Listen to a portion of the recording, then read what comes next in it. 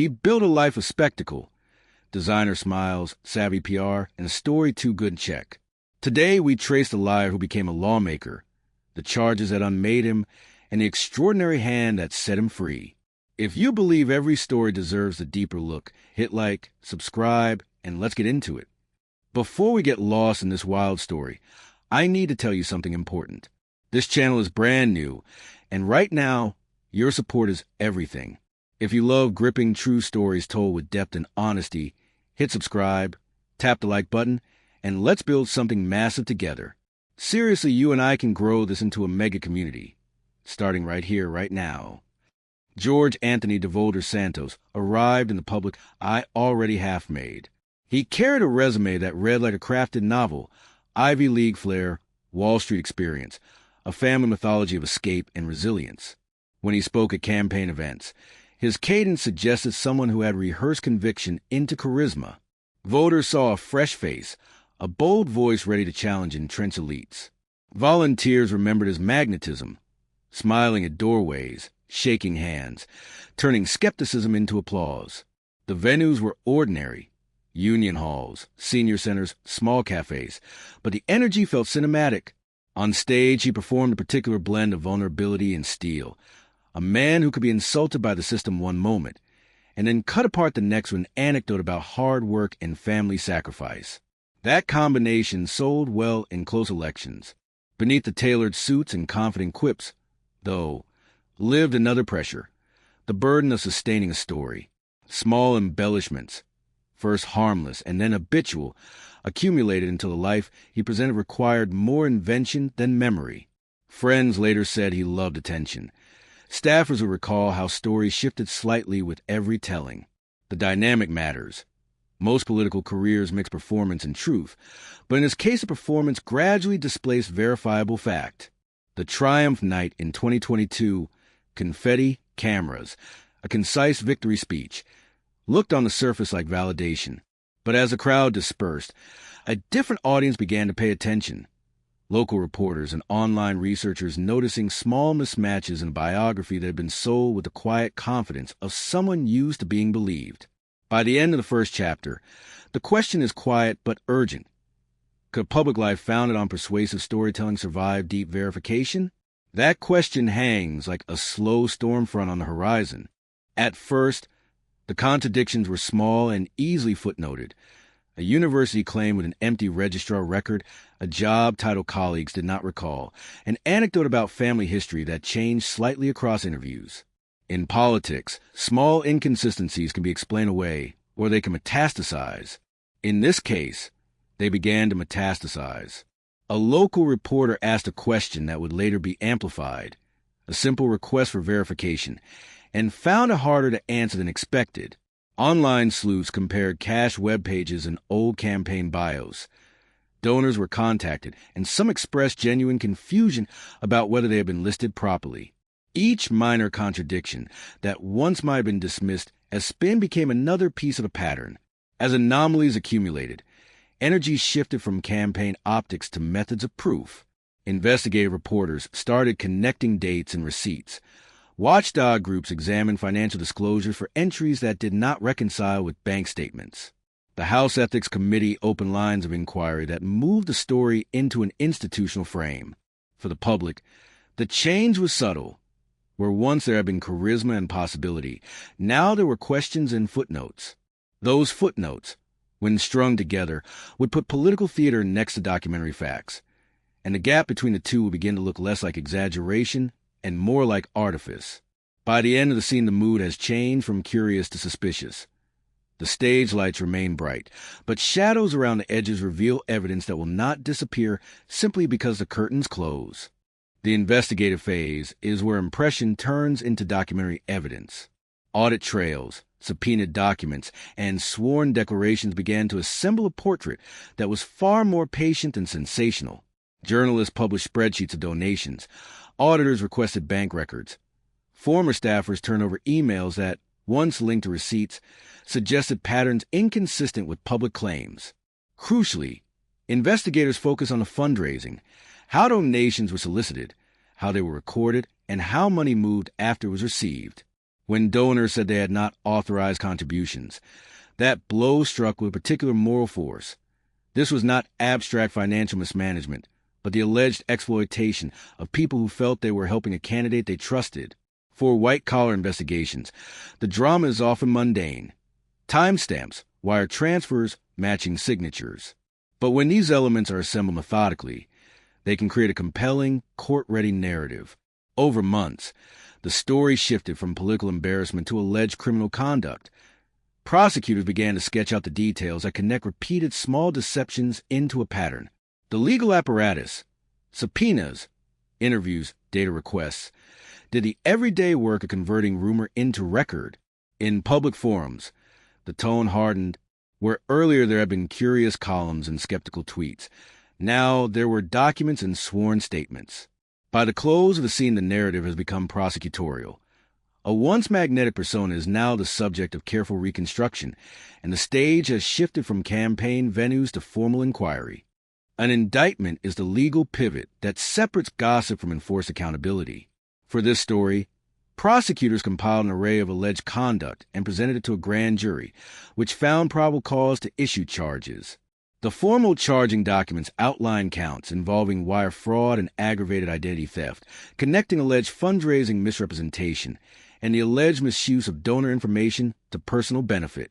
The public reading of those charges sounded very different than campaign rhetoric.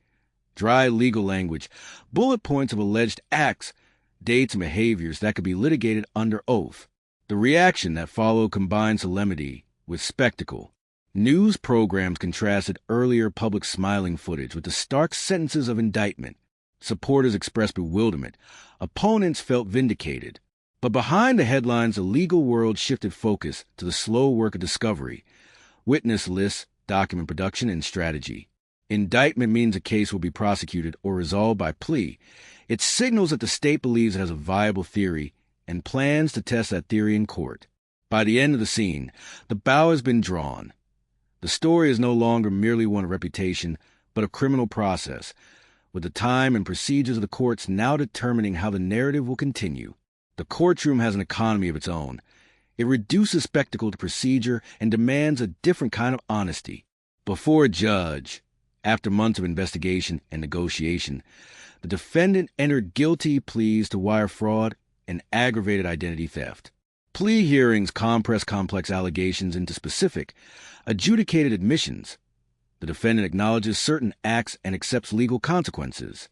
For those listening, the contrast between campaign bravado and a sober courtroom admission produces a kind of cognitive jolting. Where spin once flowed, now sworn statements and allocution matter. The plea hearing is also performative in a different register. The defendant and defense counsel speak in a language designed to persuade a judicial temperament. Expressions of remorse, the description of mitigating factors, appeals to family or mental duress, and requests for leniency. Prosecutors, in turn, recite the forensic elements of the alleged scheme with a different kind of precision, wire transfers, dates, and the chain of custody for documents. When the plea is entered, it reduces uncertain risk, but also locks an exposure. Sentencing ranges are then calculated from agreed facts, and mandatory minimums for identity theft can carry significant prison time. The scene closes on inevitable tension. Guilty pleas speed resolution, but also make consequences more concrete, and the public watches as a political life becomes legally accounted for in measured terms. Real quick, if you've made it this far, it means you're locked in. And honestly, that means a lot.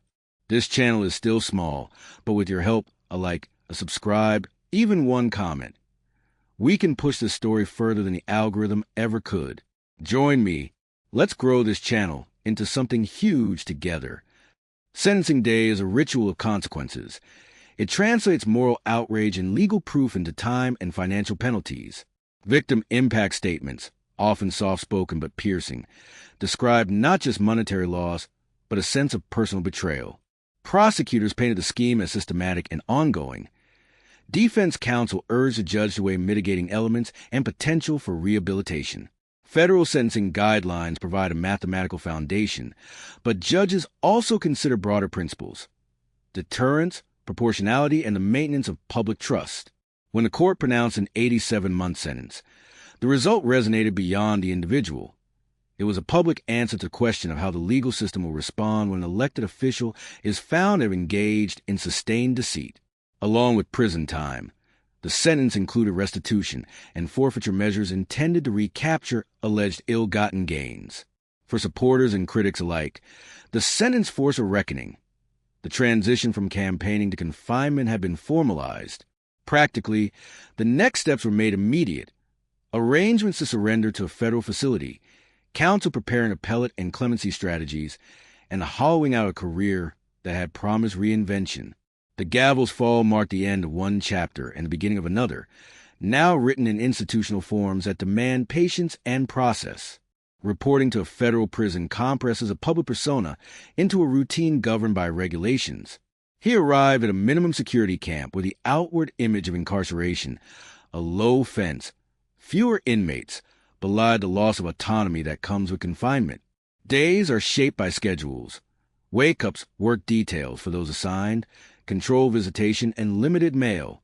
The mundane aspects of prison life are small but powerful. Delays in commissary items, the formality of visiting windows, and the bureaucratic slowness in scheduling medical appointments. For someone whose life had been built around quick responses and curated appearances, this new tempo was jarringly anticlimactic. Public narratives around his incarceration were contested. He and his lawyers claimed harsh conditions, citing periods of restrictive housing and facility maintenance issues. Advocates framed these accounts as evidence of mistreatment. Prison officials countered with notes about standard administration and periodic placements for security reasons. The back and forth played out in op-eds, interviews, and legal filings, a pattern by which private living conditions become public fodder. In the quiet of the facility, however, the human details mattered most. Letters from family, the toll of restricted contact, and the adjustment to a life with fewer choices. Those intimate realities shaped the rhetorical appeals his team would later deploy in calls for clemency and compassionate reconsideration. Outside the fence, political engines churned. Allies mobilized column inches, sympathetic commentators, and social media campaigns arguing the sentence was excessive. High-profile supporters made public pleas. Members of Congress circulated letters. Think tanks and sympathetic voices highlighted comparative cases and urged executive mercy. The campaign for clemency combined legal argumentation, emphasizing cooperation, lack of prior similar exposure, or other mitigating facts, with a PR machinery that had originally raised him to prominence. The strategy was both legal and reputational. Inside the executive branch, advisors weighed optics and precedent. Would clemency energize a political base or undermine public confidence in the rule of law? Memorable decisions about pardons and commutations carry reputational costs. So staff memos attempted to map political rewards against institutional risks. The clemency petitions accumulated. Testimonials, affidavits, and appeals from clergy and community members seeking mercy. This scene reveals the mechanics of modern clemency, how legal briefs, media narratives, and partisan calculations intersect to create a pressure point that reaches the Oval Office. It is a reminder that the path from prison yard to pardon bench is as much about persuasion as it is about law. The public announcement arrived as a brief, unequivocal communication. The sentence was commuted, and the former representative would be released immediately. The message framed the move as mercy and corrective action for what supporters described as an overly harsh punishment. The optics were immediate and volatile. Cameras at the facility, pundits sorting explanations, and a flood of social media reactions that ranged from jubilation to outrage. Administratively, the release involved paperwork, coordination between the institution and federal authorities, and the small logistics of reentry, property inventories, identification checks, and a return to public airspace. Yet the commutation did not erase the conviction. Criminal records remain public and restitution and civil obligations may persist. The distinction matters because it means legal consequences and reputational harms continue even after physical freedom. For many observers, the decision raised larger institutional questions. When should mercy be used to ameliorate an arguably excessive sentence? And when does such mercy risk undermining consistent accountability? The day of release, therefore, became more than personal liberation. It was a national moment of debate about fairness, precedent, and the meaning of executive clemency. In the aftermath, commentary multiplied and did not simplify. Legal scholars parsed the constitutional scope of clemency. Ethicists argued about equality before the law. Civic groups and some lawmakers call for greater transparency in how clemency decisions are reviewed. For donors and volunteers who said they were deceived, the commutation often offered little solace. For supporters, it felt like a second chance they hoped would be respected. Restitution filings and public records continued to reflect the convictions, ensuring the episode remained part of the public ledger even as the person walked free. Longer term, the case will likely be referenced in debates in classrooms about political ethics and the use of pardon power. It is a cautionary tale about the dangers of self-invention, how the fabrication of identity for advantage can metastasize into public harm, and about the complex relationship between mercy and accountability in a polarized era. For the person at the center, reputation repair will be a steep climb. For the public, the episode raises questions about what precedent we allow when political loyalty and executive power intersect. The final images linger: tattered campaign flyers in a storage box, court dockets that do not vanish, and the faces of people left feeling misled. A reminder that consequences, even when partly remitted, leave marks that are slow to fade. If you're still here, thank you. Truly, this is just the beginning, but I can't make it grow alone.